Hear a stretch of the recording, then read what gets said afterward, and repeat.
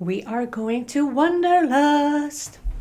Hey guys, what's going on? It's Meshi with Path to Wellness with Meshi. Thank you so much for joining me for another video. In today's video, we're going to be chatting about what to expect and what's Wanderlust, the yoga festival, is all about.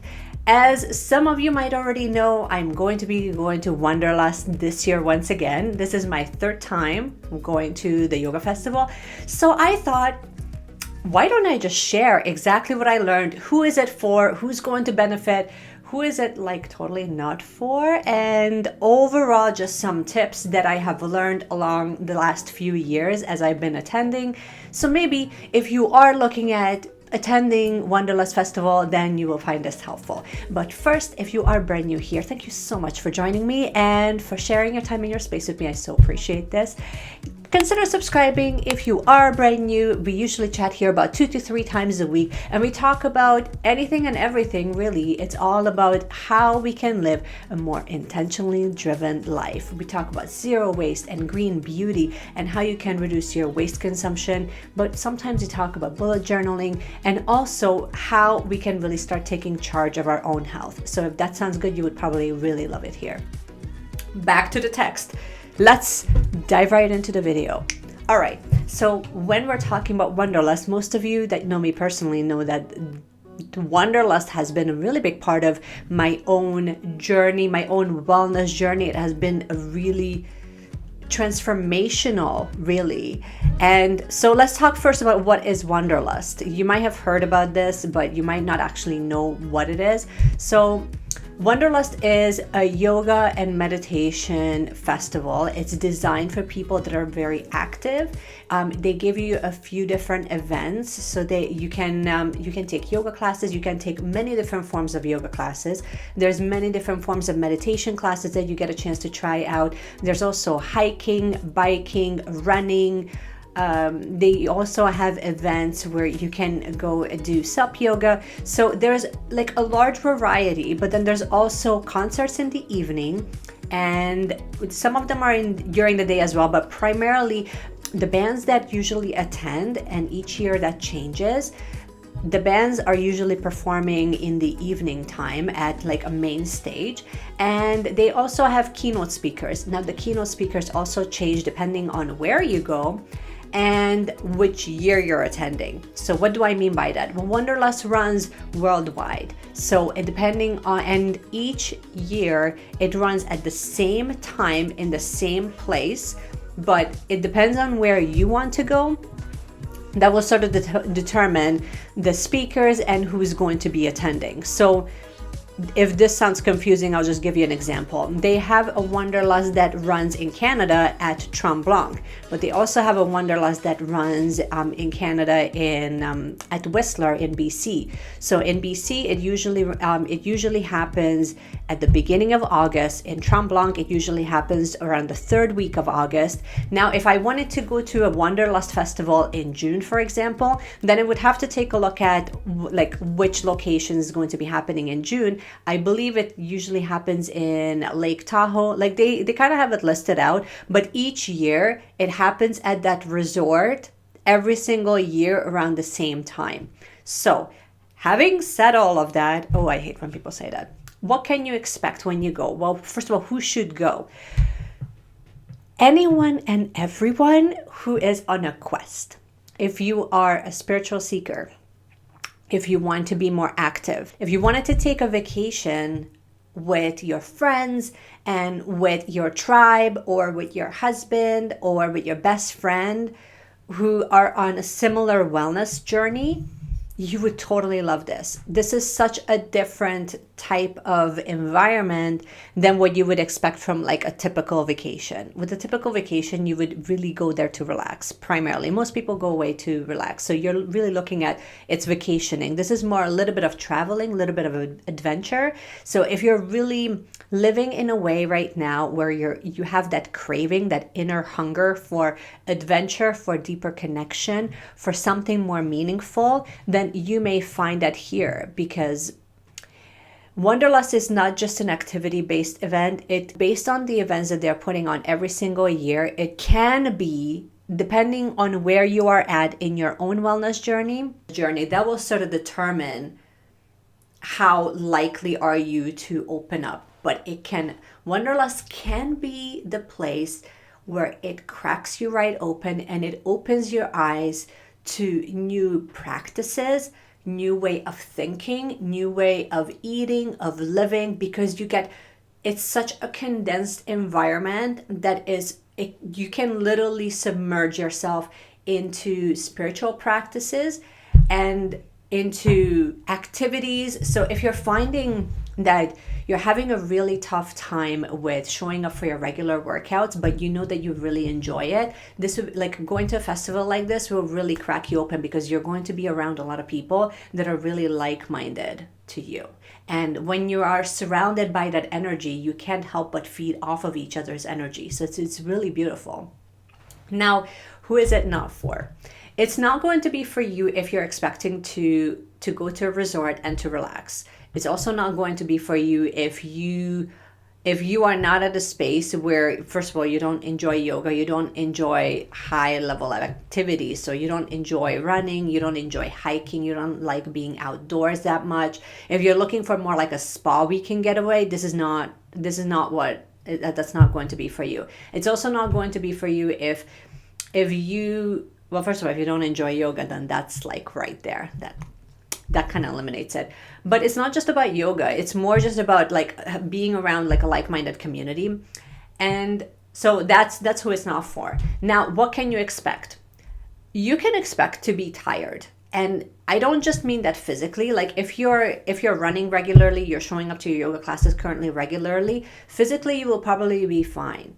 Because what you do is, like, whenever you buy a ticket to go to the festival, each ticket for each day, you get a chance to book 3 events. So the events, the way that they are scheduled currently is that at each time slot, you can kind of pick and choose what you would like to do. And then you schedule those classes in, and then you kind of just show up to them and assume that they are not. And it would kind of tell you on their website and also in the scheduling app. I will just leave the link down below for the app so you can download it. If you are attending, it will be a lifesaver for you. But in that scheduling app, it'll also tell you if there's still more space left for you to attend that particular class. So if you're finding that there's a yoga teacher that you really wanted to take their class, or there's a DJ that you really wanted to check out because you really wanted to see him perform live, or there's a band, or there's a keynote speaker, make sure that you reserve your spots early.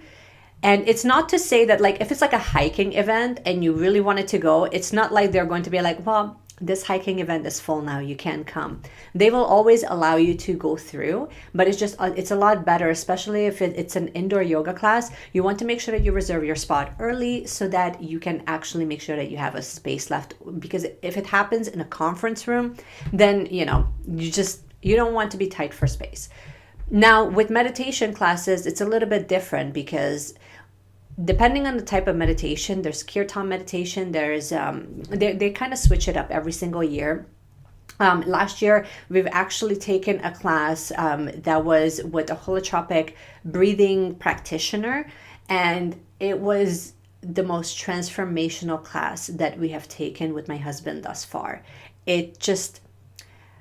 It was unbelievable, because you're in such a safe space for you to have those experiences. So when I mean that you're going to be tired, I actually mean that emotionally you might go through a vast range of emotions when you are there. And it's not a bad thing, but it's just, if you're allowing it and you're open and you're receptive, it can very much be an extremely transformative experience, if that's what you're looking for. If you're looking to just kind of move a little bit and have a few yoga classes and just check out the vendors, you would probably have a great time too. But if you're finding yourself to be just being hungry for like a deeper experience, then Wanderlust has the absolute ability to deliver, because they are bringing in some of the best teachers from the world.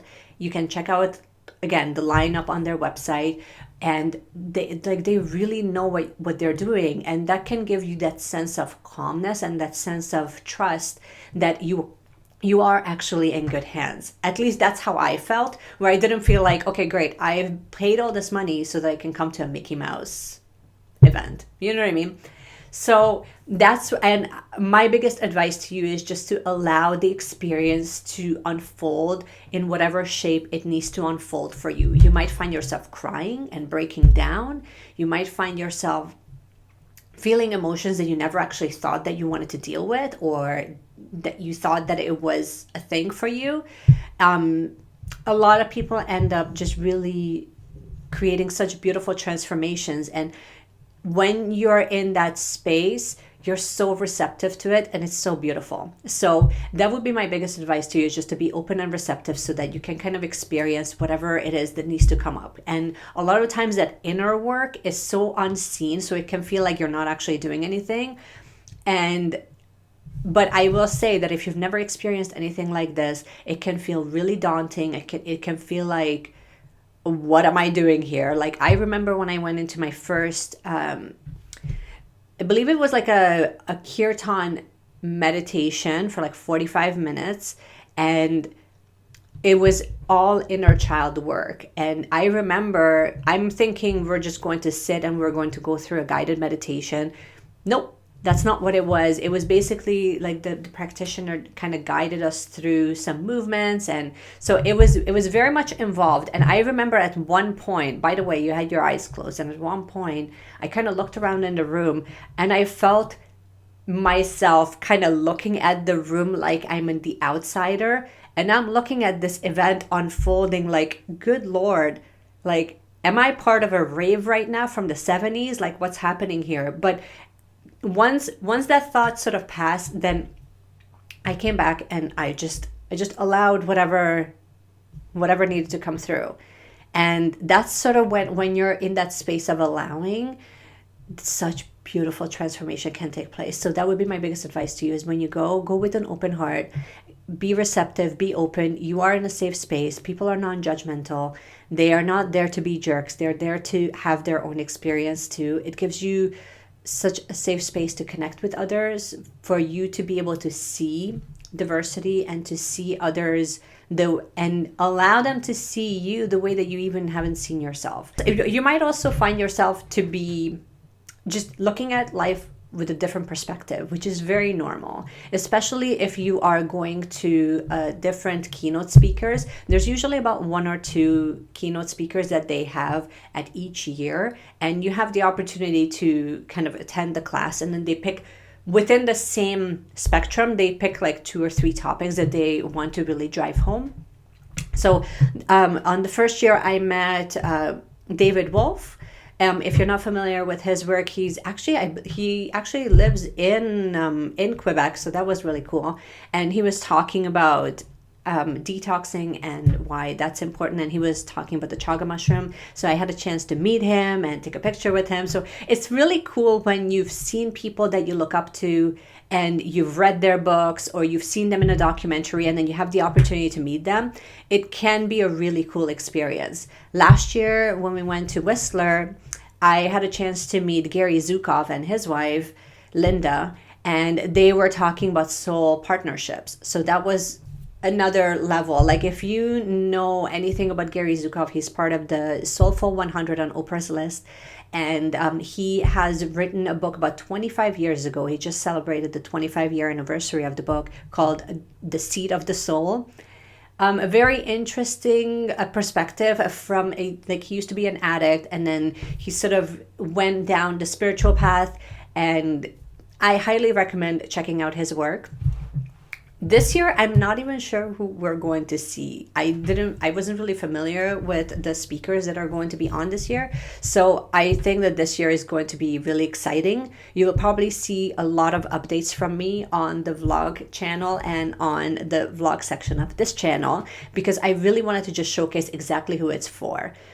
Cost-wise, you can save yourself a little bit of money if you are not staying at the resort. We always choose to stay at the resort just because we don't want to waste time with, having to like drive in to the village. It's usually, most of the events are usually held at the ski resorts, wherever you're staying at. In our case, we're going to be at Whistler, so we usually just end up staying there. One way that you can save yourself money is by purchasing your food and preparing it as much as possible, so that you're not buying all of your meals. It can get a little pricey. You can also purchase your tickets earlier in the year. So if you purchase your tickets for something that happens in the summertime, you can purchase your tickets in like January. If you have attended an event before, like in a festival before, then you can also just get on their mailing list, and then they usually send you an email let you know when you can purchase them early. Best way to prep. How can you prep? What can you expect? You're going to see lots of vendors, lots of local vendors. I would highly recommend checking them out. If you wanted to buy, I always buy, so you can always get like little merchandise like this one. This is a pin. This is the Wanderlust pin. So I always either buy like the Wanderlust pin, or I buy, they had like trucker hats, which are really cool. And every time it's just like a small little memento that kind of reminds you of that particular year. And again, like the vendors that are showing up one year might not show up the next year. So I used to think that like Mala Collective shows up every single year to Wanderlust, but they don't. So it's kind of cool that like you have the opportunity to just get the thing that you really wanted to get at that given time, and then after that, that's sort of gone. The other thing is to that make sure that you prep your gear, whatever gear you want to take with you. I usually just take either my camera or my phone, and I record a lot of my stuff there. I think that this year I'm just going to stick with my GoPro. That ends up being really, really helpful because it can take on a lot longer footage than my camera. With the camera that I'm shooting right now, I find that it's more nicer for me to just create like shorter vlog type, like quick little bursts of posts. But if you are taking your devices with you, then all you need really is just a backpack and your yoga mat. I usually travel with my yoga mat, and I'm okay with it. I would take a yoga mat that you didn't spend too much money on, because if you're taking classes indoors and outdoors, it can kind of get a little beat up. So you don't want to ruin like your $100 yoga mat. Lolé has a really good one that's great indoors, but also outdoors as well, and it fits into a suitcase just fine. You can take your water bottle with you, or you can take a little cup like this, but take your water bottle with you, because outside of the rooms, whenever you take like a meditation class or a yoga class, they usually have it held in a conference room, and then you can just go and fill up your bottle right there. With food, it's a little bit different. I would recommend stocking up on energy bars and like quick snack bites, especially if you don't eat meat. Then I would highly recommend that you getting things like hummus and crackers, just like quick, easy to eat snacks. That you can also leave some of that in your hotel room or at the Airbnb, wherever you're staying at.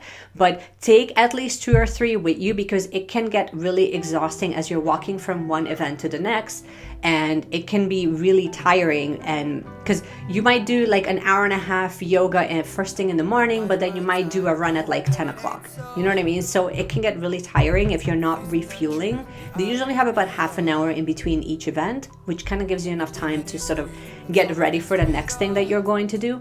A lot of people like to like maximize their events as much as possible. So some people take 2 yoga classes and they go for a hike or they go for a run. Some other people, they want to take it more chill, where they do a lot of their events in the morning, and then around lunchtime they just do more like, they take like the speakeasy events where they just go and like sit and listen and observe. It's totally up to you. You kind of have to play it with whatever your energy level is at that given time. But one big advice that I have for you, and I hope that you will take it, go there with the mindset of this is your full-on buffet for you to get as woo as you possibly can. Because if you go there with that open, receptive mindset, you learn so much.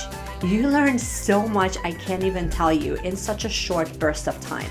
This is not the time for you to play it small. This is not the time for you to play it very safe and like book the classes that are like you're like super familiar with. This is the time for you to, if you've never tried Kundalini yoga, try Kundalini yoga. If you've never tried kirtan meditation, try it. This is your opportunity to try it in a safe way. Like you already paid for the event anyway. This would be your opportunity to like full on go for it. And if you do, oh, it will transform you. It really will. This is also a great, this would be a great thing for practitioners, any type of healthcare practitioners, body workers, for you to like have to have a deeper understanding of the mind, body, soul connection, events like Wanderlust is like life-changing, because again, they're bringing in some of the best teachers from the world. So a lot of them are in the States, but a lot of them are also in Canada. But it's such a cool experience that it's worth every penny, because it's like you're going to a personal development conference and you're going to an athletic event and you're learning about 2 or 3 different styles of yoga. So that's sort of where the value lies for attending a festival like Wanderlust. And even if you are a seasoned practitioner, it will change your practice every single time, because you get exposed to a different environment every single time. So those are like my big tips for you. I would love to hear from you guys. This is all I wanted to share with you. I know it's a little bit longer video, but there's a lot to share. I would love to hear from you guys. Let me know if you have attended Wanderlust Yoga Festival before, and if you have, where did you go?